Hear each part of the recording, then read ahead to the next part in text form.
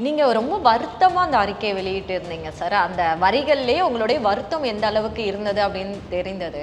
அப்பா அம்மாவுக்கு சண்டை போடுற மாதிரி தான் இப்போ நான் தயாரிப்பாளர் சங்கத்தை சண்டை போடுறது. ஆனால் அந்த நிலைமைக்கு நான் வரக்கூடாதுன்னு நினச்சி தான் பல்வேறு முயற்சிகள் நான் எடுக்கிறோம். அடிப்படை தொழிலாளர்களுக்கான உரிமைகளை மீட்டு தர்றது, அவங்களுக்கு ஏதாவது ஒரு பிரச்சனைனா களத்தில் போய் நிற்கிறது, பேசுறது, பஞ்சாயத்து பண்ணுறது, அது இதுன்னு அவ்வளோ இது. ஒருத்தரோட பிரச்சனை இன்னொருத்தருக்கு பாதகமாக இருக்கும், அவங்களுக்கு சாதகமாக இருக்கிறது இன்னொருத்தருக்கு பாதகமாக இருக்கும். இப்போ என்னதான் பிரச்சனை சார் நடந்துட்டு இருக்கு? எங்களுக்கும் அவங்களுக்கும் எந்த பிரச்சனையும் இல்லை, எங்களுக்கும் நடிகர்களுக்கும் எந்த பிரச்சனையும் இல்லை. ஆனால் நிறுத்துறது யாருன்னா அது பெப்சிங்கிற போது அவங்களுக்கு எங்கள் மேலே இருக்கும். நீங்கள் சொல்லியிருந்தீங்க இங்கே வட்டி கடை இது நாங்கள் பிஸ்னஸ் ஒன்றும் பண்ணலைன்ட்டு. ஆனால் அவங்க சைடு 5 ஸ்டார் நிறுவனம் ஓகே அவங்க 3 கோடி கொடுத்துருக்காங்க, இத்தனை வருஷத்தில் அவங்களுக்கு ஒரு வட்டியோடு சேர்ந்து இவ்வளோ தொகை ஆகுது. நான் 10% படம் வாங்கி எடுத்தேன், அதனால் எனக்கு இவ்வளோ வட்டி போட்டு கொடுக்கணும். அது வியாபாரம் தான். இது தொழில் இல்லையா? தொழிலில் உங்களோட பங்கு, நீங்கள் அட்வான்ஸ் கொடுக்கணும், உங்களோட பங்கு. நாங்கள் நிறுத்தணும்னு முடிவு எடுத்து தனுஷுக்கு எங்களுக்கு பிரச்சனை, நாங்கள் தனுஷ் ஷூட்டிங் வர மாட்டோம்னு சொன்னால் அவங்க எங்களுக்கு சொல்லலாம். நீங்கள் நிறுத்துறதே நீங்கள் தான். நாங்கள் பெரும்பாலும் ஹீரோயின்கிட்ட பிரச்சனை இல்லாமல் முடிக்கிறதுக்கு நாங்கள் ட்ரை பண்ணுவோம். ஏன்னா அவங்க மன ரீதியாக பாதிச்சிட்டாங்கன்னா அந்த உணர்வு ஸ்க்ரீனில் வந்துடும். இப்படி உங்களுக்கு அந்த கேப்டன்கிறது உங்கள் ஸ்கிரிப்டில் எழுதுறப்ப ஸ்ட்ரைக் ஆச்சு. தளபதி பிரபாகரன் அப்படின்னு சொன்னேன். அப்போ தளபதி ஸ்டாலின் தளபதின்னு இருக்கார். கொஞ்சம் பேர் நினைக்கலாம் அவர் சப்போர்ட் பண்ணுறேன்னு, அவங்க நம்மளை இமிடியேட் பண்ணுறேன்னு அவங்க நம்ம மேலே வருத்தப்படலாம். அப்புறம் வரும்போது கேப்டன் பிரபாகரன் சொன்னேன். அது இமீடியட்டாக எல்லோரும் அக்செப்ட் பண்ணிட்டாங்க. எப்படி சார் 100வது படத்தை உங்கள்கிட்ட கொடுக்குற அளவுக்கு அப்படி என்ன பாண்டிங்? ஏன்னா புலன் விசாரணை அவங்களால புரிஞ்சிக்க முடியல. புலன் விசாரணை அது ஓடாதுன்னு அவங்க முடிவு பண்ணி வச்சுருந்தாங்க. ஆட்டோ சங்கர். ஆமாம், ஆட்டோ சங்கர். அது ஓடாது, படம் சரியில்லை அப்படிங்கிறது அவங்களோட கணிப்பு. இல்லை ஃபஸ்ட்டே லவ் ஸ்டோரி எழுதலாங்கிற ஐடியா இல்லை. நான் 2வது படம் முடித்த உடனே முடிவு பண்ணிட்டேன், அடுத்தது நியூ ஃபேஸ் வச்சு தான் பண்ணணும். ஓகே. ஏன்னா எல்லாமே ஹீரோஸ் வச்சு படம் பண்ண டைரக்டர்ஸ் ஒரு படம் காணாமல் போச்சுன்னா உடனே ஹீரோஸ் கை கழுவிடுவாங்க. வெற்றி அடைஞ்ச டைரக்டர் தேடுவாங்க, தோல்வி அடைஞ்சால் கை விட்டுருவாங்க. ஃபஸ்ட்டு இது அப்போல்லாம் உண்மை கதையை தான் மோஸ்ட்லி நீங்கள் படமாக எடுத்திருக்கீங்க. எப்பொழுதுமே நியூஸ் பேப்பர் அப்படி இல்லைன்னா புத்தகம் படிச்சுட்டே இருப்பார் ஆர்கே செல்வமணி. அப்பவும் சரி இப்பவும் சரி இந்தியாவில் உண்மையை சொல்ல முடியாது. அப்பவும் சரி எல்லோரும் நாங்கள் வந்தால் மாற்றுவோம். ஆட்சிக்கு வர வரைக்கும் உண்மையை சொல்லணும்னு நினைக்கிறாங்க. எதிர்கட்சியாக இருக்கும்போது ஆட்சிக்கு வந்த உடனே உண்மையை சொல்லக்கூடாதுன்னு நினைக்கிறாங்க. எதிராளிக்கும் வலிக்காமல் ஒரு ரொம்ப சீரியஸான விஷயம், உள்ளுக்குள்ளே ஜாதியெலாம் இருக்குது, எதிராளிக்கும் வலிக்காமல் அவங்களுக்கு மேக் தம் டு அண்டர்ஸ்டாண்ட் இருக்கு இல்லையா? அது அந்த படம் எனக்கு ரொம்ப பிரம்மாண்டமாக. கல்யாணம் பண்ண போகிறீங்க, இவ்வளோ கிளாமராக ரோஜா வச்சு படம் எடுத்துருக்கேன். நான் சொன்னேன், அப்போ அடுத்த பொண்டாட்டி வச்சு எடுக்கலாமா? பாயிண்ட் இல்லையா? அது தப்புன்னா பண்ணக்கூடாது. என் பொண்டாட்டி வர போகிறவங்க மட்டும் நான் பண்ணக்கூடாது, அப்புறம் அடுத்த பொண்டாட்டி வச்சு பண்ணலாமா, இல்லை அடுத்த குழந்தைய வச்சு பண்ணலாமா? ஒன்று இந்தியா தமிழ் நேயர்களுக்கு வணக்கம், ஃபிலிமி பீட் நேயர்களுக்கு வணக்கம். 90s பாட்காஸ்ட்க்கு உங்கள் எல்லாரையும் வரவேற்கிறேன். சொல்லப்போனால் 90s கிட்ஸ் எல்லாருக்குமே 90s இயக்குனர்கள், நடிகர் நடிகைகள் இவங்க எல்லாரையும் பற்றி நல்லா தெரிஞ்சிருக்கும். நிறைய படங்கள் பார்த்து வளர்ந்துருப்பாங்க, சினிமா லவர்ஸாக கண்டிப்பாக இருப்பாங்க. ஸோ இந்த 90ஸ்ல இருக்கிற முக்கியமான படங்கள் பற்றி அந்த இயக்குனர்கள் கிட்ட தான் நம்ம பேசிகிட்டு இருக்கோம். இப்போ அப்படி நம்ம பேசுகிறதுக்காக ஆர்கே செல்வமணி அவர்களிடம் வந்திருக்கோம். வணக்கம் சார். வணக்கம் சார். நீங்கள் திரைப்பட இயக்குனர், நடிகர் அப்படின்னு சொல்லிட்டு நிறைய பதவிகளில் இருந்தாலும் இந்த பெப்சி அமைப்பின் தலைவராக தான் எனக்கு அதிகமாக பரிச்சயமாக இருக்கீங்க. ஏன்னா இந்த உடைய தலைவர் பதவி அப்படிங்கிறது சாதாரண விஷயம் கிடையாது. அதாவது மற்ற இடத்துல கூட தலைவர் அப்படிங்கிறது இருக்கும், ஆனால் இங்கே தலைவர் பதவிங்கிறது நிறைய அடிப்படை தொழிலாளர்களுக்கான உரிமைகளை மீட்டு தர்றது, அவங்களுக்கு ஏதாவது ஒரு பிரச்சனைனா களத்தில் போய் நிற்கிறது, பேசுறது, பஞ்சாயத்து பண்ணுறது, அது இதுன்னு அவ்வளோ இது. எப்படி சார் இது இத்தனை வருஷமாக நீங்கள் தாங்கிட்டு இருக்கீங்க? இது உண்மையிலே மிக சிரமமான ஒரு வேலை தான்மா. இது இங்கே என்னென்னா இயக்குனர், cameraman, music director, writers, art directors, இது மாதிரி ஒரு மேல்தட்டு வர்க்கத்தில் இருக்கவங்க இருப்பாங்க. அடிப்படை தொழிலாளர்களாக லைட்மேனு, டிரைவர்ஸு, ப்ரொடக்ஷன் அசிஸ்டன்ட்ஸு, இது மாதிரி கொஞ்சம் இருப்பாங்க. Middle makeup man, costume, dancers, ஃபைட்டர்ஸ்னு 3 விதமான பிரிவு இதில் இருக்கும். அப்போ 3 பேரையும் சேர்த்து உள்ளடக்கி போடுறது. ஒருத்தரோட பிரச்சனை இன்னொருத்தருக்கு பாதகமாக இருக்கும், அவங்களுக்கு சாதகமாக இருக்கிறது இன்னொருத்தருக்கு பாதகமாக இருக்கும். அப்போ வந்து இதை எல்லாத்தையும் சரி பண்ணி கொண்டு போகிறது வந்து ஒரு சிரமமான வேலை தான். ஆனால் எனக்கு வந்து என்னென்னா, நான் ஒரு இயக்குனராக இருந்ததால் எல்லாரையுமே ஒன்றா வச்சு நான் ஒர்க் பண்ணதால், அது மட்டும் இல்லாமல் என்னோடய திரைப்படங்களில் 1000 பேர் 2000 பேருங்கிறது வந்து சர்வசாதாரணமாக அவங்க எல்லாருமே நான் வந்து படப்பிடிப்பில் பணிபுரியும் போது சேர்ந்து பழகியதால் அவங்க எல்லாருமே எனக்கு பரிச்சயமாக இருப்பாங்க. நிர்வாகத்தில் இருக்கவங்க இருந்தவங்க. அப்போ அவங்களுடைய பேசிக் பிரச்சனை என்ன அப்படிங்கிறது எனக்கு தெரிஞ்சிடும். ஸோ அப்போ வந்து அதை கன்சிடர் பண்ணுறோன்னு தெரிஞ்சாவே அவங்க நமக்கு சுமூகமாகிடுவாங்க. நம்ம ரிஜெக்ட் பண்ணுறோம் அப்படின்னு இல்லாமல் முதல்ல அவங்களோட பிரச்சனைகளை நம்ம கன்சிடர் பண்ணுறோம். அப்புறம் அது எப்படி பண்ணலாம், ஏன் பண்ண முடியாது அப்படிங்கிறத நம்ம அவங்களுக்கு வந்து விளக்கி சொல்லும்போது, ஒரு ஜனநாயகபூர்வமாக கொண்டு போகும்போது இது கொஞ்சம் ஈஸியாக இருக்கும். அப்போ அவங்களுக்கு நம்ம மேலே வந்து ஒரு நம்பகத்தன்மை வந்துடும். சில விஷயங்களை வந்து அவங்க பண்ண முடியலைன்னா கூட அவங்க அக்செப்ட் பண்ணிப்பாங்க. பரவாயில்ல, 100% நம்ம பண்ண முடியாது, 60%, 70%, 80% பண்ணுறாங்கங்கிற ஒரு நம்பிக்கை அவங்களுக்கு ஏற்படுத்தும் போது அவங்க நம்ம மேலே நம்பிக்கை வரும். ஃபஸ்ட்டு உட்காந்து பேசுறதுக்கான எல்லாரும் ஒன்றா வரணும்ல, அது பேச வைக்க முடியும் என்னால். எவ்வளோ பெரிய உயரத்தில் இருந்தாலும், இல்லை எவ்வளோ பெரிய பள்ளத்தில் இருந்தாலும், எவ்வளோ கடுமையான எதிர்கருத்து கொண்டு இருந்தாலும் அவங்கள என்னால் ஒரு மேடையில் உட்கார வச்சிட முடியும் முதல்ல. அந்த இது வந்து எனக்கு கடந்த ஒரு 30 வருஷமாக நான் வந்து திரைத்துறையில் இருக்கிறதால, எல்லாரோடையும் நட்பு இருக்கிறதால, அந்த நட்பை பயன்படுத்தி எல்லோரும் ஒரு மேடையில் உட்கார வச்சுட்டேன்னா, அப்போ சின்ன சின்ன கருத்து மோதல்கள் வரும். அதையெல்லாம் சரி பண்ணி என்னால் கொண்டு செலுத்த முடியும். அதுதான் என்னுடைய பலமாக நான் நினைக்கிறது. இப்போ என்னதான் பிரச்சனை சார் நடந்துகிட்ருக்கு? இப்போம்மா பிரச்சனையே இல்லைம்மா, அதுதான் பிரச்சனை. பிரச்சனையே இல்லை. பேசிக்காக வந்து ப்ரொடியூசர் கவுன்சிலில் ஒரு 2 கண்டிஷன்ஸ் அவங்க வந்து எங்களுக்கு வைக்கிறாங்க. அவங்க திடீர்னு வந்து ஒரு ஆர்டிஸ்ட்டை இவங்களுக்கு நீங்கள் ஷூட்டிங் போகக்கூடாது அப்படின்னு நிறுத்துகிறாங்க. அப்போ வந்து நாங்கள் அதை நிறுத்துகிறோம். எங்களுக்கும் அவங்களுக்கும் எந்த பிரச்சனையும் இல்லை, எங்களுக்கும் நடிகர்களுக்கும் எந்த பிரச்சனையும் இல்லை. ஆனால் நிறுத்துறது யாருன்னா, அது ஃபெஃப்சிங்கிற போது அவங்களுக்கு எங்கள் மேலே ஒரு கோவம் வருது. அப்போது உங்கள் ப்ரொடியூசர் அவங்கள வச்சு படம் எடுக்கிறாங்க. நாங்கள் சொல்கிற போது அவங்களுக்கு சொல்லுங்கள், உங்கள் ப்ரொடியூசர் கூப்பிட்டு இந்த நடிகருக்கு இது மாதிரி பிரச்சனை இருக்குது, அதை முடிச்சுட்டு நீங்கள் அடுத்த படம் போங்க, நீங்கள் அவங்களுக்கு சொல்லுங்கள். அவங்களும் சொல்கிறத விட்டுட்டு அந்த ப்ரொடியூசரும் எங்கள் மேலே கோவப்படுறாரு. உங்கள் மெம்பராக இருக்கார் இல்லையா, அவரே எங்கள் மேலே கோவப்படுறாரு. அப்போ நீங்கள் அவங்களை கூப்பிட்டு சொல்லணும் இல்லையா? ஏதோ 1 2னா பரவாயில்ல, ரெகுலராக பண்ணும்போது எங்களால் பண்ண முடியல. அதனால் தயவுசெய்து நடிகர்கள் மேலே போடும்போது நீங்கள் நடிகர் சங்கத்தை கூப்பிடுங்க, அவங்கள சொல்லுங்கள், அவங்க மூலம் அந்த நடவடிக்கை எடுங்க. எங்களை வச்சுக்கிட்டு பயன்படுத்துறது சரியா, கடைசியாக எங்களை வச்சுங்க, எங்களை தொடர்ந்து வந்து பண்ணுறது சரியா இல்லை. அது மாதிரி வந்து 2வது பிரச்சனை, இப்போ அவங்களேருந்து ஒரு பிரிவினர் போய் வந்து நடப்பு தயாரிப்பு சங்கமாக ஒரு 5 வருஷமாக 6 வருஷமாக நடத்திட்டு இருக்காங்க. இப்போ அதெல்லாம் சும்மா கொஞ்ச நாள் போனாங்க, பிரச்சனை வந்தது, நாங்கள் சேர்ந்து கொஞ்சம் அவங்கள ட்ராவல் பண்ணி ஒன்றா உட்கார வச்சு காம்ப்ரமைஸ் பண்ணி உட்கார வச்சோம். இப்போ திடீர்னு அவங்களுக்குள்ள நீ அவங்களோட ஒர்க் பண்ணக்கூடாதுங்க. இப்போ அவங்களும் ஒரு 300 பேர் இருக்காங்க, இவங்களும் ஒரு 1000 பேர் இருக்காங்க. அப்போ 2 கண்ணு மாதிரி தான் எங்களுக்கு. அதில் ஒரு கண்ணு நீங்கள் மூட சொன்னால் அது பார்வை சரியாக இருக்காது. அப்போ 2 பேரும் விலக்கி சொல்கிறோம். அப்போ நாங்கள் சொல்லிட்டோம், எல்லாருக்கும் நாங்கள் ஒர்க் பண்ணுவோம், நாங்கள் யாரும் நிறுத்த மாட்டோம், நீங்களாக ஒரு முடிவு எடுத்துருந்தோன்னு சொல்லுவோம். இந்த 2 தான் இப்போ இந்த பிரச்சனை. அதனால் இப்போது போயிட்டுருக்கு. ஓகே, நீங்கள் ரொம்ப வருத்தமாக அந்த அறிக்கையை வெளியிட்டு இருந்தீங்க சார். அந்த வரிகள்லேயே உங்களுடைய வருத்தம் எந்த அளவுக்கு இருந்தது அப்படின்னு தெரிந்தது. ஸோ அந்த அளவுக்கு இதில் நீங்கள் வந்து இதாகிட்டீங்களா?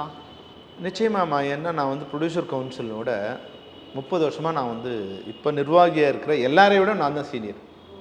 இப்போ நிர்வாகியாக இருக்கிற, அதாவது மெயின் நிர்வாகியாக இருக்கிற எல்லாரையும் விட நான் தான் தொடர்ந்து 20 வருஷம் நான் அந்த நிர்வாக குழுவில் நான் வந்து பயணிச்சிருக்கேன். அதை வந்து சரியாக ஒழுங்கமைக்கிறதுக்கு, கட்டமைக்கிறதுக்கு, அதனோட வெல்ஃபேருக்கு, அதனோட பிரச்சனைகளை எடுத்து, ஈவன் பெப்சி கூட பிரச்சனை வரும்போது நான் அவங்களோட இருந்து பெப்சியோட நான் போராடி இருக்கேன். அப்போ அந்த சங்கத்தை பாதுகாக்கணுங்கிறதுல அவங்களோட எனக்கு ரொம்ப அக்கறை இருக்குது, கவலை இருக்குது. அது இவங்களாம் உட்காந்து அதை வந்து இப்போது அதை சீர்கெடுக்கிறாங்களேன்னு வரும்போது பெரிய வேதனை இருக்குது.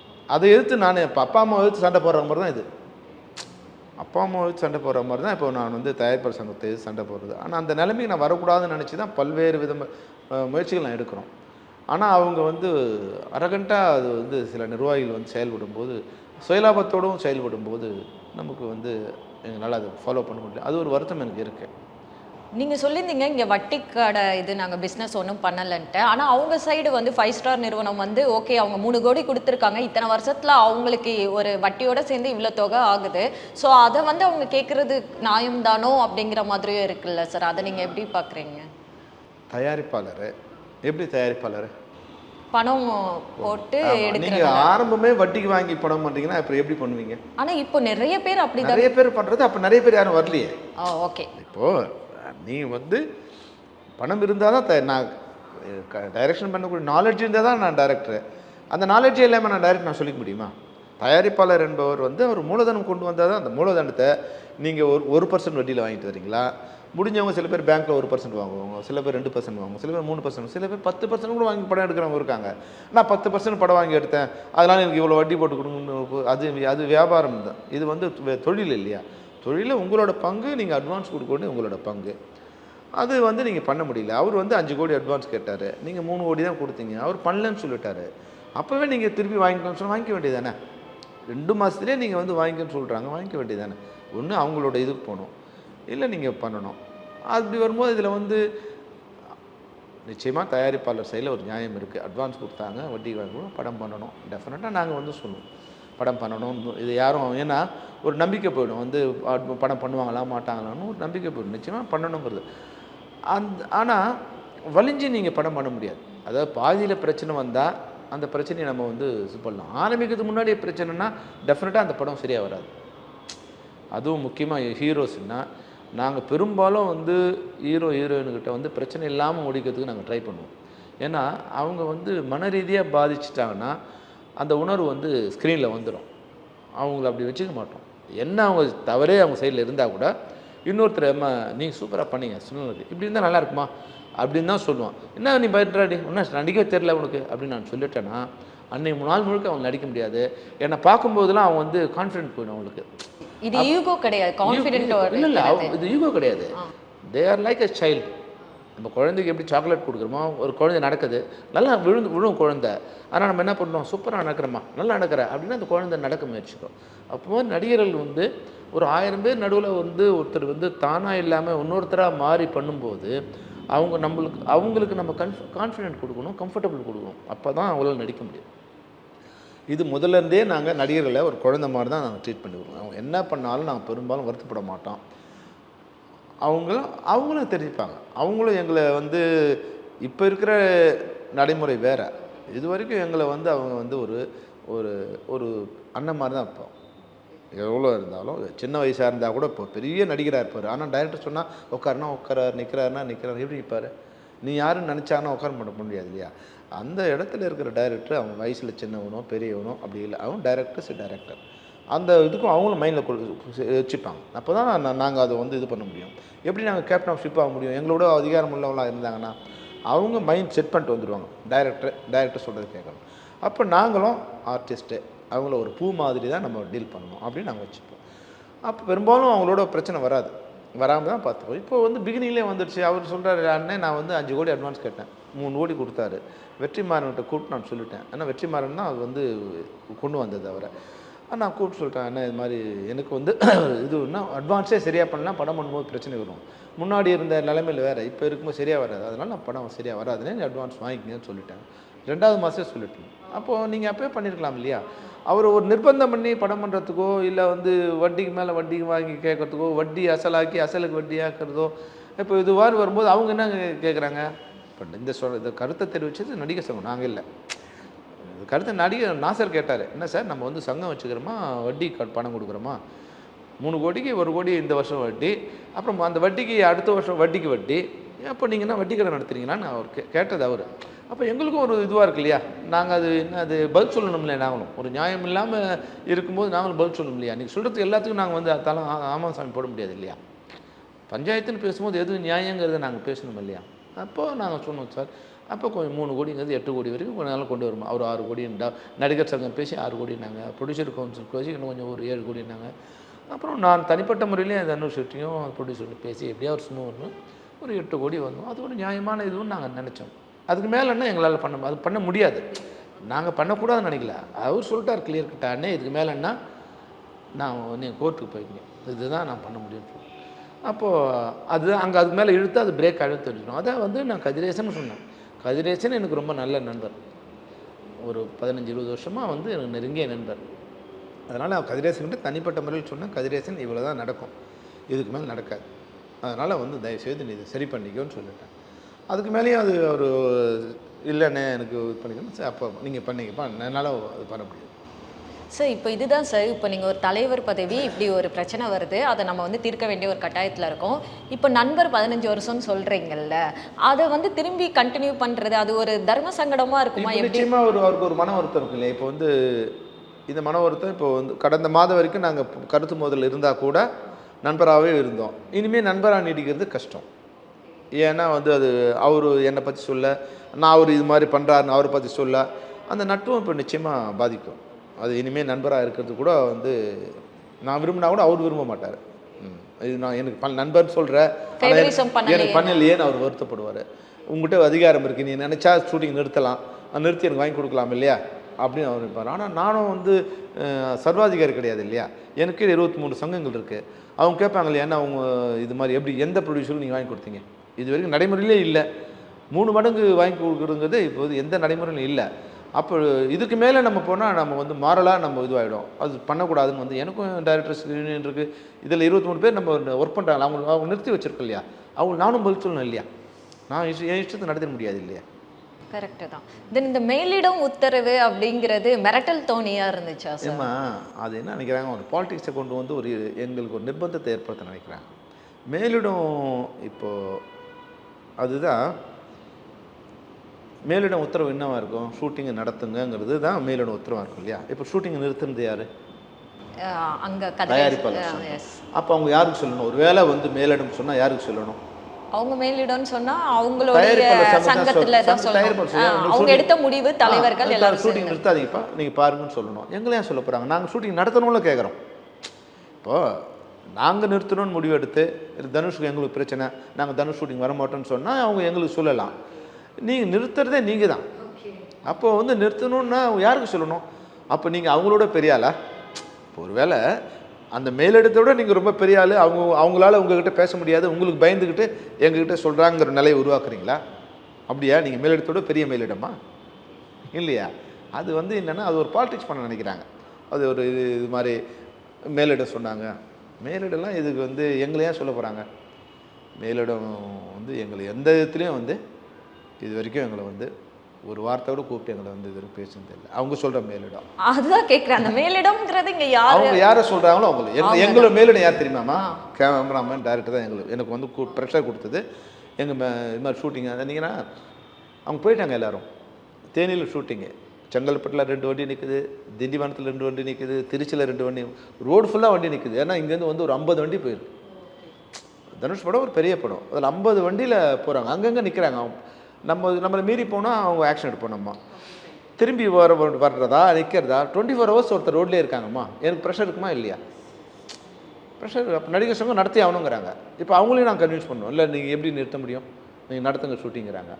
இப்போது அதனால் உடனே அவங்களையும் வர வச்சு இவங்க கூப்பிட்டு அவங்க வரலங்க, நாங்கள் சரி சார் நீங்கள் வாங்க கவுன்சில் உட்காந்து பேசலாம். அப்போது என்னோடய மெம்பர்ஸ் வந்து 2 நாளாக ரோட்லேயே நிற்கிறான். தேனியில் இருக்கிற ஒரு 300 பேர் இருக்கான், அவன் அங்கேயே உட்காந்துருக்கான். வேலைக்கு போகலாமா இல்லையா? ப்ரொடியூசர் என்ன பண்ணுவார்? நீ வேலைக்கு வரல, நான் சோறு போட மாட்டேன்னு. சம்பளம் போடலன்னா பரவாயில்ல, சாப்பாடு கூட நிறுத்துவாங்க. நீங்கள் வாங்க வேலைக்கு வாங்க சார், சாப்பாடு போடணும், நான் ஹோட்டலில் வந்து சாப்பாடு போடுவாரேன் அவர். இப்போ பல்வேறு விதமான ப்ரெஷர். இதுதான் எங்களோட ப்ரெஷர். எனக்கு இருக்கிற அழுத்தம் நான் சொல்கிறது வந்து எங்கள் யூனியனில் இருக்கும். நான் கிளம்பலாம் பரவாயில்ல, கிளம்பிட்டாங்க. அவங்கள எவ்வளோ நான் இன்றைக்கி ஹோல்ட் பண்ண முடியும்? ஆனால் இந்த பெப்சி தலைவராக மற்ற இயக்குநர்கள் இருந்ததை விட நீங்கள் சந்திக்கிறது ரொம்ப அதிகமாக இருக்குன்னு தோணுது சார். இதை வந்துமா அவங்க எல்லோரும் அப்படியே அதை அப்படியே வழிநடத்தி போயிட்டாங்கம்மா. நான் இதை வந்து சீரமைக்குன்னு நினைக்கிறேம்மா. இதை என்னோடய மெம்பர்ஸுக்கே என் மேலே நிறைய வருத்தம் கொஞ்சம் இருக்குது. நம்ம இப்படி தான் பண்ணணும், நம்ம பிளான் எல்லாம் பண்ணக்கூடாது, நம்ம தான் மெயின் ப்ரொடியூசர்ஸு, நம்ம இது மாதிரி பண்ணால் 30-40% செலவு கட் பண்ணலாம். அப்போ ப்ரொடியூசருக்கு வந்து பிளான் எல்லாம் போகாதீங்க, 1.5 கோடின்னு சொல்லிட்டு வந்து 4 கோடி ஆக்குறீங்க நீங்கள், இது மாதிரி பண்ணால் ப்ரொடியூசர் எங்கே பணம் கொண்டு வருவாங்க? இது மாதிரி பல்வேறு விதமான கட்டுப்பாடுகளையும் சுய ஒழுக்கங்களையும் நான் என் மெம்பருக்கே கொண்டு வரேன். அது அவன் சொல்கிறான், அது ப்ரொடியூசர் பண்ண வேண்டிய வேலையை நீ ஏன் பண்ணுறேன்னு கேட்குறான் என்ன. அப்போ நான் அவங்களுக்கு என்ன சொல்கிறேன்னா, இந்த இண்டஸ்ட்ரி ப்ரொடியூசருக்கானது இல்லை. இப்போ நான் இதில் வந்து 40 இயர்ஸ் ஆச்சுமா. 85ல் நான் வந்தேன். இப்போ 2025 40 இயர்ஸாக நான் இருக்கேன். ஆனால் எந்த ப்ரொடியூசரும் 40 இயர்ஸாக இதில் இருக்காங்களான்னா பார்த்தீங்கன்னா ரொம்ப கம்மி. இப்போ கவிதாலயா இது மாதிரி இருக்கவங்க தான் இருக்காங்களே தவிர 40 இயர்ஸாக ஆனால் எங்கள் இருக்கவங்க 80% 30லேருந்து 50 வருஷம் இருக்கவங்க இருக்காங்க. அப்போ இந்த இண்டஸ்ட்ரி அவங்களுது இல்லை, இது நம்மளுது. அப்போ இது ஒழுங்காக நம்ம சீரமைக்கணும், ஒழுங்காக பாதுகாத்தோமா நம்ம தான் இதில் வந்து பெனிஃபிஷரி. அவங்கங்கிறவங்க வந்து இன்வெஸ்டர் தான், அவங்க பாவம். அதனால் நம்ம ஒழுங்காக இருக்கணும்னு வந்து இப்போ கொண்டு வரும்போது எங்கள் சைட்லேருந்து பிரச்சனை வருது. அப்போ அதுபோல் அவங்களையும் நம்ம பிளான் பண்ண சொல்கிறோம். பிளான் பண்ணாமல் வராதிங்க, பிளான் பண்ணிட்டு வாங்க. இன்றைக்கி கடைசி ரூபாய் வரைக்கும் தயாரிப்பாக தான் கொடுக்கணும்.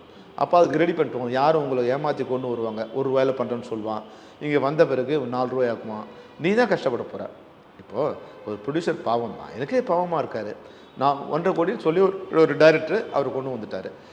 அவர் வந்து 4 கோடி இன்றைக்கி பட்ஜெட் ஆகிடுச்சு. அவர் 390 செலவு பண்ணிட்டார். 10 லட்ச ரூபா தான் அவர் பேலன்ஸு. ஆனால் அவர் வந்து அந்த 10 லட்சத்தை கொடுக்க முடியாமல் கஷ்டப்படுறாரு, இல்லை அவமானப்படுறாரு. அந்த அவமானம் நீ முதலே சார் அவர் யாருன்னா டைரக்டர், அவர் ஃப்ரெண்டு. ஓகே, என் ஃப்ரெண்டுக்காக படம் பண்ணேன் சார். ஃப்ரெண்டுக்காக 1 கோடி கொடுத்து விடியா, இப்போ உனக்கு 4 கோடி பிளாக் ஆகி நிற்குது இல்லையா. இப்போ உனக்கு எந்த பிளானும் இல்லை. பிளான் பண்ணி வான்னு சொன்னால் அவருக்கு என் மேலே வருத்தம். பிளான் பண்ணிவிட்டு நம்ம ஷூட்டிங் போகணுன்னு சொன்னால் என் மெம்பருக்கு என் மேலே வருத்தம்.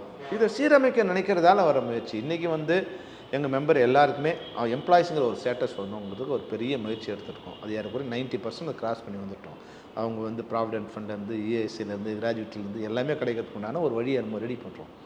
இப்போ இதில் சின்ன சின்ன பிரச்சனை இருக்குது. இப்போ இவங்களுக்கும் வருத்தம் இருக்கும். அதை சரி பண்ணி கொண்டு போகணும். எப்படி குழந்தைக்கு மருந்து கொடுத்தா குடிக்காது தான், அதனால் ஒரு தாய் தந்தையாக இருந்தால் விட முடியாது இல்லையா. அது மாதிரி என் மெம்பருக்கு என் மேலே சில பேருக்கு வருத்தம் இருக்குது. அதெல்லாம் அந்த வருத்தம், நீங்கள் இந்த மருந்தை குடிச்சு தான் நம்ம எம்ப்ளாய்ங்கிற ஸ்டேட்டஸில் இருந்து தான் ஆகணும் அப்படின்னு சொல்லி நம்ம கொண்டு போகணும். அதனால் சில வருத்தங்கள் என் மேலே வர வாய்ப்பு இருக்குது. சரி, உங்களுடைய கணிப்பெண் கவனத்தில் எந்த ப்ரொடக்ஷன் கம்பெனி குட், ஓகே அப்படின்னு நீங்கள் சொல்லுங்கள்? எல்லாரும் குட் தான். Good, nobody is bad, everybody is good. இன்றைக்கி இண்டஸ்ட்ரியோட சிச்சுவேஷன் பேட். அவங்க டுகெதர் எல்லோரும் ஒன்றா இருந்தாங்கன்னா they can rule the industry. Produce why because FEFSI is dominating. Why because they are together. எங்களுக்கு என்ன ப்ராப்ளம் வந்தாலும் எங்களுக்குள்ள பிரச்சனை இருக்கிறோம், ஒரு சங்கத்து பிரச்சனை வரும். ஆனால் ஒரு பிரச்சனைன்னும் போது நாங்கள் வந்து ஒன்றா நிற்கிறோம். அப்போ எங்களை அந்த ஒற்றுமை தான் பாதுகாக்குது. ஆனால் தயாரிப்பாளர் சங்கம் இன்றைக்கி ஏறக்குறைய 7 அமைப்புகள் இருக்காங்க. அதுதான் கேட்க வந்தேன். அது வந்து அது not because of Selvamani, not because of somebody else, because of them self. அவங்க ஒன்றா இருந்தாங்கன்னா எவ்வளோ பெரிய ஆளாக இருந்தாலும் அவங்களோட கீழே தான் நிற்கணும். ஏன்னா இத்தனை சங்கம் தயாரிப்பாளர் இதுலேயே இல்லை இருக்கு. அவங்க ஒரே அமைப்பாக இருந்தாலும் வச்சுங்க, அவங்களை யாரும் ஒன்றும் பண்ண முடியாது. தே கேன் ரூல் த இண்டஸ்ட்ரி. ஆனால் இப்போது அது மாதிரி இல்லை. அது மாதிரி இல்லாததால் சிரமம். நான் அதை சொல்கிறேன் அவங்களுக்கு. அதை வந்து அவங்களே ஒருத்தர் அழிச்சுக்குன்னு நினைக்கிறாங்க. அவங்க பிரிஞ்சிருந்தால் எங்களுக்கு நல்லது, நாங்கள் ரூல் பண்ண முடியும். ஆனால் நான் அப்படி நினைக்கல. நீங்கள் நல்லா இருந்தால் இண்டஸ்ட்ரிக்கு நல்லது. நீங்கள் எல்லோரும் ஒன்றா இருங்க. அது ஒன்றா இருந்து எல்லோரும் ஒரு அட்லீஸ்ட் ஃபெடரேஷனாக இருங்க. ஒரே அமைப்பாக இருக்க முடியலன்னா ஒரு ஃபெடரேஷனாக இருங்க, ஒரு கான்ஃபெடரேஷனாக மாறிக்குங்க. எல்லோரும் உட்காந்து பேசி என்னான்னு பண்ணலாம் முடிவு எடுத்துங்க. உங்கள் வீட்டு இப்போ தனி கூடத்தை நடத்துகிறோம், ஒரே வீட்டுக்குள்ளே இருக்கல, ஒரே வீட்டுக்குள்ளே அடிச்சுக்கிறோம். ஆனால் தனித்தனியாக இருக்கலாம், ஆனால் டுகெதராக இருக்கலாம். நம்ம குடும்பத்துக்கு ஒரு பிரச்சனை போது 7 பசங்களை ஒன்று சேர்ந்தாங்கன்னா எதிரி பயப்படுவான். நீங்களே ஒரு அண்ணனை ஒரு தம்பி அடிச்சுக்கிறது அது மாதிரி இருக்காதீங்கன்னு நம்ம சொல்லியிருக்கோம். அது அவங்க தான் முடிவெடுக்கணும். சார், பல வருடங்களுக்கு அப்புறம் உங்களுடைய குருநாதர் மணிவண்ணன் அவர்களை மதகத ராஜா படத்தோடைய ஸ்க்ரீனில் பார்த்தீங்களா? பார்த்தேன். எப்படி இருந்துச்சு உங்களுக்கு? Is always rocking king. Is always எப்போவுமே மணிவண்ணன் வந்து ஹீஸ் த பெஸ்ட். அது நடிகனாக இருந்தாலும் சரி, தயாரிப்பாளராக இருந்தாலும் சரி, இயக்குனராக இருந்தாலும் சரி, இல்லை மனிதனாக இருந்தாலும் சரி, டிரைவராக கூட ஒரு வண்டி ஓட்டினா ஹீஸ் த பெஸ்ட் டிரைவர். அவர் மாதிரி யாரும் வண்டி ஓட்ட முடியாது. டைரக்டராக இருந்தாலும் அவர் மாதிரி இஸ் த பெஸ்ட் டைரக்டர் என்னை பொறுத்த வரைக்கும். என் குருவாக இருக்கிறதால் சொல்லலை, எல்லாரோடும் மிகச்சிறந்த இயக்குனர் அவர். அது சரியாக அவர் வந்து தன்னை வடிவமைச்சுக்கல.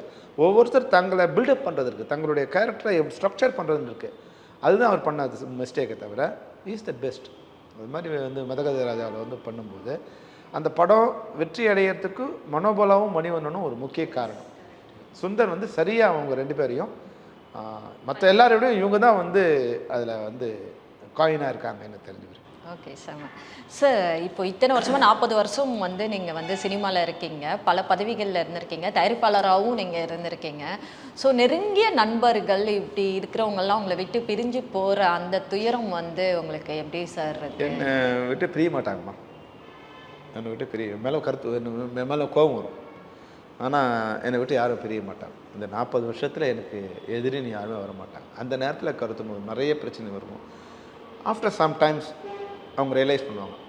ஏன்னா என்னுடைய யுத்தம் எல்லாமே நியாயத்தின் அடிப்படையில் தான் இருக்கும். அந்த நேரத்தில் அவங்களுக்கு வந்து கஷ்டம் இருக்கிறாங்க தவிர after some time they will realise. அதனால் இந்த 40 வருஷத்தில் என்னை விட்டு பிரிஞ்சு போனவங்கன்னு யாரும் இல்லை. அந்த பிரிவுங்கிறது தற்காலிகம்தான். அவங்க ஒரு நாள் ரியலைஸ் பண்ணுவாங்க. அப்போ மறுபடியும் என்னை நோக்கி வருவாங்க. இதனால் எனக்கு இது வரைக்கும் 40 வருஷத்தில் எனக்கு எதிரின்னு யாருமே இல்லை. என்னை விட்டு பிரிஞ்சவங்க யாரும் இல்லை. பிரிஞ்சு இருப்பாங்க தற்காலிகமாக. அதனால் நிச்சயமாக எனக்கு ஏன்னா அவங்க என்னை எதிரியாக நினச்சிக்கலாம். நான் என்னை யாரையும் எதிரியாக நினச்சதே இல்லை. சில பேருடைய மரணம் சார், சில பேருடைய மரணம், மனோபாலா சார், இப்போ மணிவண்ணன் சார், அதெல்லாம் நிச்சயமாக அது மிக வருத்தமான விஷயம். அவங்களோட மறைவுங்கிறது வந்து அவங்களாம் இல்லைங்கிறதே என்னால் ஒன்றும் அக்செப்ட் பண்ணல. மனோபாலா வந்து மணிவண்ணன் சாரோட மனோபாலா வந்து நான் அவரோட ஒர்க் பண்ணல. ஆனால் always you will travel along with me always. அது எந்த யூனியனாக இருந்தாலும் வந்து மனோபாலா இல்லைங்கிறதே எனக்கு வந்து சம்டைம்ஸ் வந்து இன்னும் அவரோட நம்பர் நான் வச்சுருக்கேன். இன்னும் அதுலேருந்து டெலிட் பண்ணுறதுக்கு கூட எனக்கு மனசு வரல. மனோபாலாங்கிற பேர்லேயே அவர் நம்பர் சேவ் பண்ணி வச்சுருக்கேன்.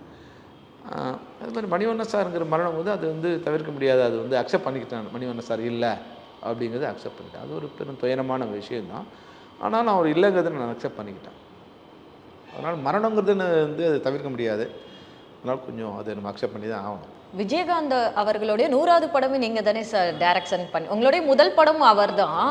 100வது படம் அப்படிங்கிறப்ப அப்போ அந்த ப்ரெஷர்லாம் உங்களுக்கு இருந்துச்சா சார்? கேப்டன் பிரபாகரன். ஆமாம். எஸ், அதில் தான் அவர் கேப்டன்கிற ஒரு இதுவே இதாச்சு இல்லையா? எப்படி உங்களுக்கு அந்த கேப்டன்கிறது உங்கள் ஸ்கிரிப்டில் எழுதுறப்ப ஸ்ட்ரைக் ஆச்சா? எப்படி சார் அது உங்களுக்கு இதாச்சு? ஆக்சுவலாக அது வந்து நான் வந்து விடுதலைப்புலி பிரபாகரன் என்னோட ஆதர்சமான ஒரு லீடர். அப்போ பிரபாகரன் தான் நான் முதல்ல பேர் வச்சோம். அது வந்து ஒரு சாதாரணமாக இருக்குது, புலன் விசாரணை மாதிரி ஒரு கேட்சியாக இல்லை, சாதாரணமாக இருக்குதுன்னு எல்லோரும் சொன்னாங்க. அப்புறம் அப்படி கொஞ்சம் டெவலப் பண்ணி தளபதி பிரபாகரன் அப்படின்னு சொன்னேன். அப்போ வந்து தளபதி இந்த ஸ்டாலின் வந்து தளபதின்னு இருக்கார். அப்போ வந்து அவங்கள கொஞ்சம் பேர் நினைக்கலாம் அவர் சப்போர்ட் பண்ணுறேன்னு, அவங்க நம்மளை இமிடியேட் பண்ணுறேன்னு அவங்க நம்ம மேலே வருத்தப்படலாம். அதனால் தளபதி பிரபாகரங்கிறது வந்து நல்லா இருக்குது, ஆனால் இதுவுக்கு சரியாக வராதுன்னு. அப்புறம் வரும்போது கேப்டன் பிரபாகரன் சொன்னேன். அது இமீடியட்டாக எல்லோரும் அக்செப்ட் பண்ணிட்டாங்க. சரி, ஓகே. எனக்கும் வந்து பிரபாகரன் கேப்டன் ஆஃப் ஆல், எங்களுடைய எல்லா இதுக்குமே தமிழர்கள் எல்லாருக்கும் ஒரு கேப்டனாக எனக்கு வந்து தோணுனதால் அது ஸ்ட்ரைக் ஆச்சு.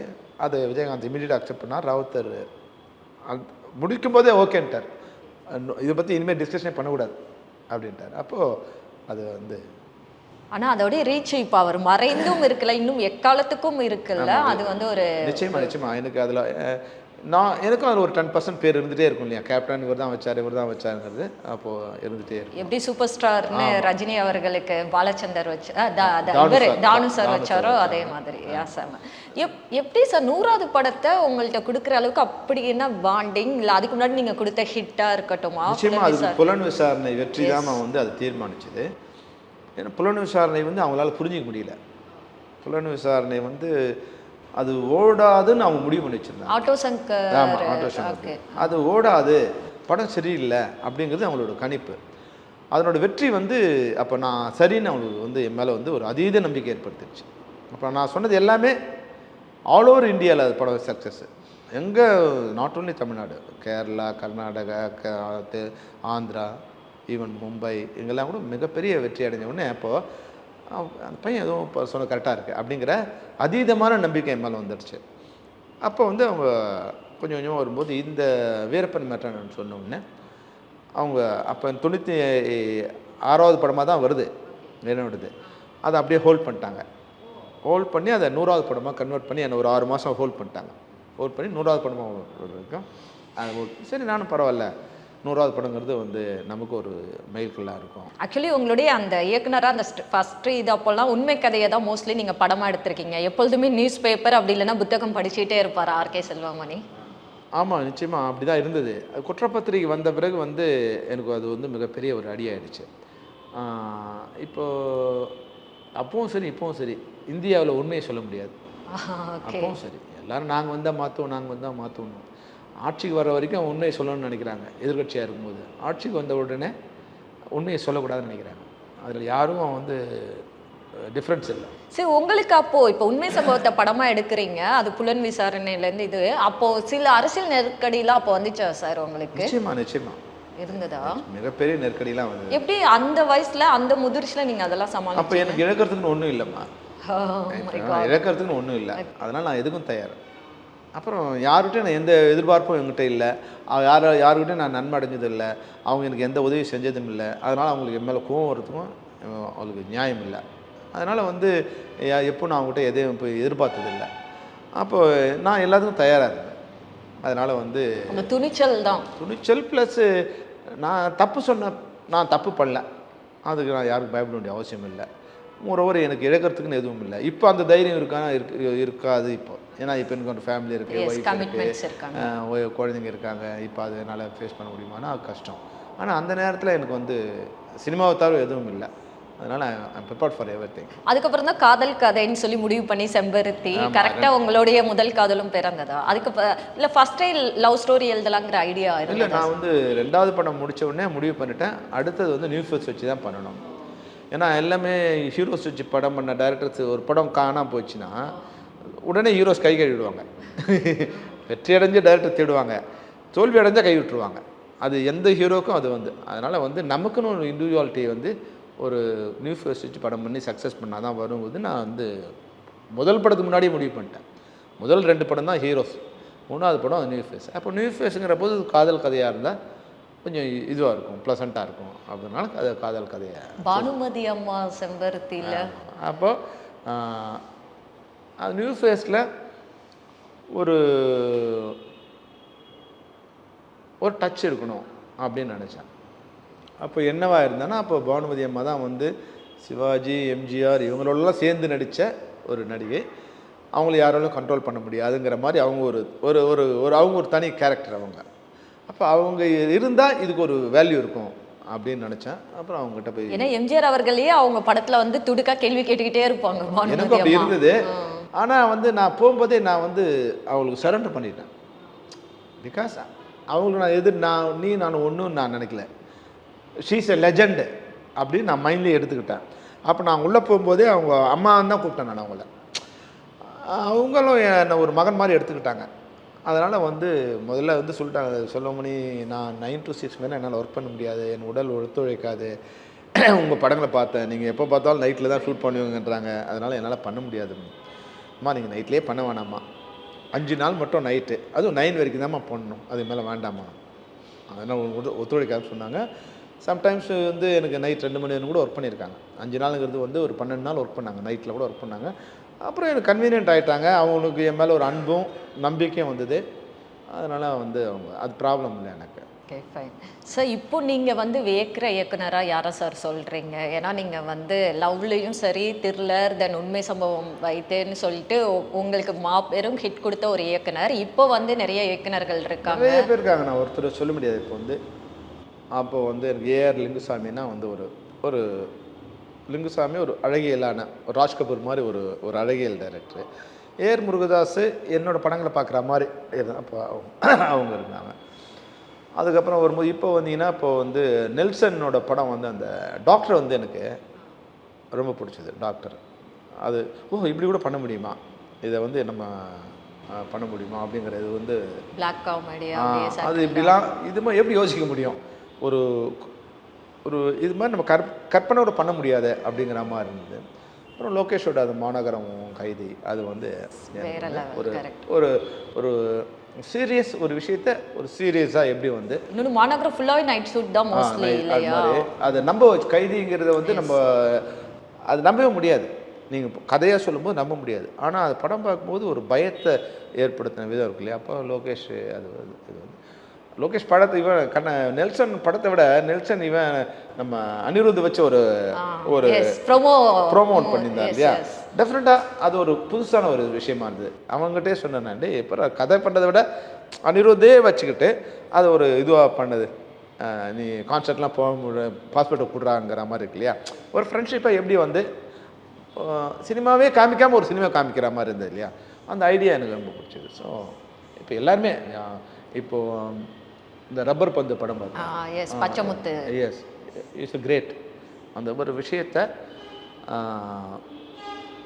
எதிராளிக்கும் வலிக்காமல், ஒரு ரொம்ப சீரியஸான விஷயம், உள்ளுக்குள்ளே ஜாதியெலாம் இருக்குது, எதிராளிக்கும் வலிக்காமல் அவங்களுக்கு மேக் தம் டு அண்டர்ஸ்டாண்ட் இருக்கு இல்லையா, அது வந்து அந்த படம் வந்து எனக்கு ரொம்ப பிரம்மாண்டமாக இருந்துச்சு. சின்ன படமாக இருந்தால் கூட எனக்கு பிரம்மாண்டமாக இருந்தது. அப்புறம் பிஎஸ்எம் இரும்பு திரை பார்க்கும்போது இப்போது ஒன்றே என்னென்னா அவங்க வந்து கொஞ்சம் பிளான் பண்ணி இப்போ அந்த அந்த கட்டுப்பாட்டுக்குள்ளே வந்துட்டாங்கன்னா, பிரம்மாண்டங்கிறது வேறு, அந்த ஒரு ஆள் இது ஒரு பலூன் தான், அது உடையிறதுக்கு வரைக்கும் தான் ஊதணும். அது வரைக்கும் அதுதான் அவங்க சகோதரர்களாக நாங்கள் கொடுக்க விரும்ப அட்வைஸ் என்னென்னா, அவ்வளோதான். அது எவ்வளோ ஸ்ட்ரெச் பண்ண முடியும் அதுக்கு மேலே அதை ஸ்ட்ரெச் பண்ணாமல் அந்த அழுத்தம் கொடுத்தா அது உடைஞ்சிரும். உடையாமல் அது வந்து அந்த விரிவடையாமல் பார்த்துக்கிட்டா அது வந்து நல்லாயிருக்கும். நிறைய படங்கள் நான் பார்க்குறேன் இல்லைங்களா, அது வந்து ரொம்ப ஒரு ஒரே விஷயத்தை வந்து ரொம்ப சிம்பிளாக சிலர் சொல்கிறாங்க. இப்போ ஜெயிலர் வந்து பார்த்திங்கன்னா, அப்புறம் உட்காந்து பார்த்தா அது படமாக இதுனா இதெல்லாம் எப்படி இருக்கும். ஆனால் படம் பார்க்கும்போது நம்மளே வந்து அது வந்து சூப்பர். ஒரு ஆர்டிஸ்ட்டை 2 நாள் தான் பயன்படுத்துகிறாங்க, ஆனால் படம் முழுக்க அவங்கள பற்றி பேசிகிட்டே வராங்க. சிவராஜ் என்னோட கிளாஸ்மேட், எனக்கு நல்ல நண்பர். ஆமாம், ஃபிலிம் இன்ஸ்டியூட்டில் அவருக்கு. ஆனால் அவன் நடித்தது ஏதோ ஒரு 2 நாள் தான் இருக்கணும். ஆனால் படம் முழுக்க பேசி வந்த இன்ட்ரொடக்ஷன்லேயே ரஜினிக்கு ஈக்குவலான ஒரு இன்ட்ரொடக்ஷன் தான் இருக்குது ஒவ்வொருத்தருக்கும். படம் பார்க்கும்போது நம்ம ஏதோ போய் நம்மளை யூஸ் பண்ணிட்டாங்கன்னு இல்லை, நம்மளை வந்து நம்ம நட்பை வச்சு யூஸ் பண்ணிட்டாங்க இல்லையா, படம் பார்க்கும்போது அவங்களுக்கும் வந்து ரஜினிக்கு ஈக்குவலான ஒரு இது கொடுத்துருந்தாங்க இல்லையா, அது வந்து ஒரு பிரம்மாண்டமான ஒரு திங்கிங். அது ரொம்ப எக்ஸ்ட்ரா. அவர் சிவராஜ்குமார் சென்னை ஃபிலிம் இன்ஸ்டியூட்டில் தான் படிச்சார். அப்போ இங்கே தான் இருந்தாங்க அவங்க. அப்போ புலியூரில் இதுவும் ட்ரஸ்புரத்தில் தான் அவங்க வீடு, அங்கே தான் அவங்க ஸ்கூல் படித்ததும் இங்கே தான். ஓகே, அதனால் இஸ் க்ளோஸ் ஃப்ரெண்டு. நீங்கள் வேற அவங்க அப்பா கதையை படமாக எடுக்கலான்னு இருந்தீங்களே, வீரப்பன் கடத்தின இது ட்ராப் ஆயிடுச்சு இல்லை சார்? ஏன் சார் ட்ராப் ஆயிடுச்சு? அது வந்து மறுபடியும் அது புண்ணு கிளற மாதிரி, அதனால வேண்டாம். அது 2 சமூகத்து நடுவில் அது பிரிவினை ஏற்படுத்தும். அது மறந்த விஷயத்தை நம்ம ஞாபகப்படுத்த வேண்டாம். ஓகே, இப்போ அவர்கிட்ட உடம்பு சரியில்லாமல் இருந்தாரே சார், பேசுனீங்களா சிவராஜ்குமார் அவர்கள்ட்ட? லாஸ்ட் இயர் மீட் பண்ணேன். Okay okay sir. ஸோ ஃபேமிலியாக தான் படத்துக்கு போய் பார்க்குறீங்களா சார், இல்லை உங்கள் நண்பர்கள் கூட? ஏன்னா ரோஜா மேமும் பிஸியாக இருக்காங்க, பசங்க ஃபேமிலியாக தான் போகும் ஃபுல்லாகவே. பெரும்பாலும் வந்து அவங்க வந்து இப்போ ஒரு 6 months வந்து இல்லை 1 year ஆஃப்டர் எலெக்ஷன் இது பண்ண பிறகு இப்போ எவ்ரி வீக்கெண்டு ஏதோ ஒரு படத்துக்கு சார். நான் வந்து நிறைய இந்த சினிமாவில் இருக்கிற தம்பதிகள்னு இருக்காங்களே, நடிகைங்க கல்யாணம் பண்ணியிருப்பாங்க இல்லையா, அந்த மாதிரியான சினிமா தம்பதிகள் நிறைய பேர் பேட்டியில் வந்து நான் நோட் பண்ண வரைக்கும் அவங்க என்ன சொல்லுவாங்கன்னா, வீட்டில் வந்து பசங்களை படம் பார்க்க விடுறது கிடையாது, அவங்க பெருசாக படம் பார்க்க மாட்டாங்க அப்படிங்கிறாங்க. நான் என்ன நினைப்பேன்னா, சினிமாவில் தான் இவங்க இருக்காங்க, சினிமானால தான் வளர்ந்துருக்காங்க, குடும்பத்தோடு வந்து படம் பாருங்கள், குழந்தைகள் பார்க்கக்கூடிய படம்னு சொல்லி விளம்பரம்லாம் படுத்துறாங்க, ஆனால் அவங்க குழந்தைங்களை மட்டும் பார்க்க விட மாட்டாங்களே அப்படிங்கிற ஒரு கேள்வி இருக்கும். இதை நீங்கள் எப்படி பார்க்குறீங்க? உங்கள் பசங்க எப்படி சின்ன வயசுலேருந்தே நீங்கள் ஃபேமிலியாக? என் பசங்க வந்து எல்லா படத்தையும் பார்த்துருவாங்க. என்னோட சன் வந்து ஆல் லாங்குவேஜஸ், தமிழ், தெலுங்கு, ஹிந்தி, அவர் எல்லா வந்து இது படத்தையும் அவர் பார்த்துருவான். அவன் ஒன்று நாங்கள் வந்தால் ஓகே, இல்லை அவன் ஃப்ரெண்ட்ஸோட போயிடுவான். நாங்கள் பெரும்பாலும் வந்து போனால் ஒரு 10 பேராக தான் போவோம், தனியாக போக மாட்டோம். அதனால் வந்து என் ஒய்ஃபும் வந்து ரெகுலர் சினிமா போயார். எங்கே இருந்தாலும், அது வந்து ஊரில் இருந்தால் கூட, நகரில் இருந்தால் கூட அங்கே இருக்கிற தேட்டர் போயிடுவாங்க. தெலுங்கு படம் அதிகமாக பார்ப்பீங்களா? அங்கே தமிழ் தெலுங்கு படம் ஏன்னா தமிழர்கள் வேறு அங்கே 50,000 பேர் இருக்காங்க, அதனால் தமிழ் படமும் அங்கே ரிலீஸ் ஆகிடும். ஸோ நாங்கள் போனால் இருந்தால் எல்லோரும் வந்து எங்கள் அம்மாவிலேருந்து எங்கள் குழந்தை தம்பி தங்க அது மாதிரி ஒரு நிச்சயம் ஒரு 10 15 பேர் தான் அங்கே போவோம். நம்ம குழந்தைங்க மட்டும் பார்க்கக்கூடாதுன்னு யாரோ நினச்சாங்கன்னா அப்போ அவங்க சினிமாவில் இருக்கக்கூடாது. அப்படி நினச்சாங்கன்னா அப்போ அது தப்புன்னு நினச்சாங்கன்னா அந்த தப்பு அவங்க செய்யக்கூடாது. எனக்கு ஏன்னா ஒரு தடவை எங்கள் நண்பர் சொன்னார், என்னங்க கல்யாணம் பண்ண போகிறீங்க, இவ்வளோ கிளாமராக ரோஜா வச்சு படம் எடுத்துருக்கேன். நான் சொன்னேன், அப்போ அடுத்தவங்க கொண்டாடி வச்சு எடுக்கலாமா? பாயிண்ட் இல்லையா? அது தப்புன்னா பண்ணக்கூடாது. இப்போ என் பொண்டாட்டி வர போகிறவங்க மட்டும் நான் பண்ணக்கூடாது, அப்புறம் அடுத்தவங்க பொண்டாட்டி வச்சு பண்ணலாமா, இல்லை அடுத்தவங்க குழந்தைய வச்சு பண்ணலாமா? அது கிளாமர் இண்டஸ்ட்ரி. அதனால் இதில் வந்து தப்புன்னு நினச்சா பண்ணக்கூடாது. அப்போ அவங்க இது குழந்தைங்களோட படம் பார்க்குறது தப்புன்னு நினச்சாங்கன்னா அவங்க சினிமாவிலே இருக்கக்கூடாது, வேறு ஏதாவது தொழில் எது சரின்னு நினைக்கிறாங்களோ அது பண்ணிக்கலாம். என்னை பொறுத்தவரை தான். அவங்க நான் யாரையும் குறிப்பிட்டு சொல்ல விரும்பல. என்னை பொறுத்த வரைக்கும் நான் நம்ம ஒரு சரியில்லை நினச்சா அதை நம்ம பண்ணக்கூடாது, அவ்வளோதான். ஓகே சார், செம்ம சார், ரொம்ப நன்றி. நிறைய விஷயங்கள் பேசியிருக்கீங்க. இன்னும் வந்து நீங்கள் பெப்சி அமைப்பின் தலைவராக இருந்து நிறைய நல்ல விஷயங்கள் பண்ணணும். நிறைய ப்ரெஷர் இல்லாமல் எல்லாருமே சுமூகமாக வந்து அவங்கவுங்க பிரச்சனையை அப்படியே தீர்த்து, ஏன்னா பிரச்சனை வராமல் இருக்காது, அது வந்து சுமூகமாக எல்லாருக்கும் வந்து மன கஷ்டம் இல்லாமல் முடியணும். இன்னும் வந்து ஆரோக்கியம், உழைப்பு எல்லாமே உங்ககிட்ட இருக்கட்டும் அப்படின்னு சொல்லிட்டு ஒன் இந்தியா தமிழ் சார்பாக பெரும் வாழ்த்துக்கள். நன்றி ஷனா, நன்றி. உங்களுடைய இதுக்கு நன்றி. நிச்சயமாக வந்து பிரச்சனை இல்லாமல் இருக்கணும்னு தான் நாங்களும் விரும்புகிறோம்.